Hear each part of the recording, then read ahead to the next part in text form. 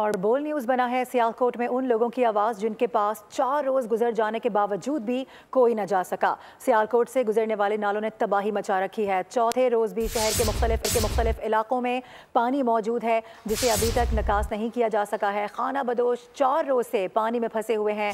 खाने पीने की किल्लत पैदा हो गई है। कुछ मनाजिर भी देखे जा सकते हैं। मासूम बच्चे भी मदद के लिए पुकार रहे हैं। बात करेंगे, वहीं पर मौजूद है हमारे नुमाइंदे मियाँ मोहम्मद नदीम। बताइएगा, आप यहाँ पर पहुँचे तो क्या सूरत हाल देखी आपने?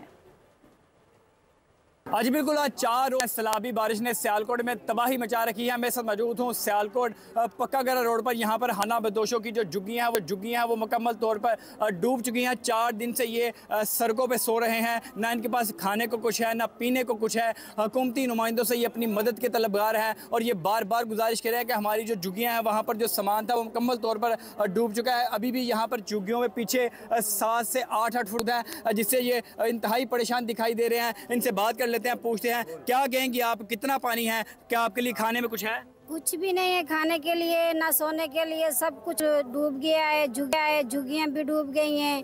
रोड पे हम सो रहे हैं, सब कुछ।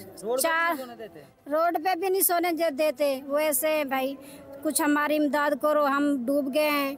ठीक है, पुलिस वाले भी नहीं सोने देते रोड पे।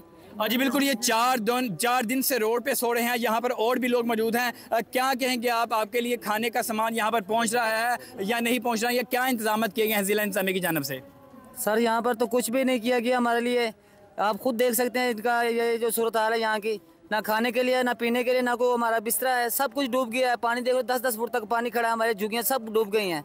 हम तो रोड पे सोते हैं तो रोड पर भी नहीं सोने दे रहे हैं। अब बदकिस्मती से मैं जिस इलाके में मौजूद हूँ ये इस वक्त मुकम्मल तौर पर डूबा हुआ है। इनका ये मुतालबा है कि हुकूमत जल्द से जल्द इक़दाम करे हमारे खाने के लिए, रहाइश के यहाँ से पानी निकालने के लिए। जी ठीक है, बहुत शुक्रिया। सब्सक्राइब करें और बेल दबाएं ताकि कोई खबर रह न जाए।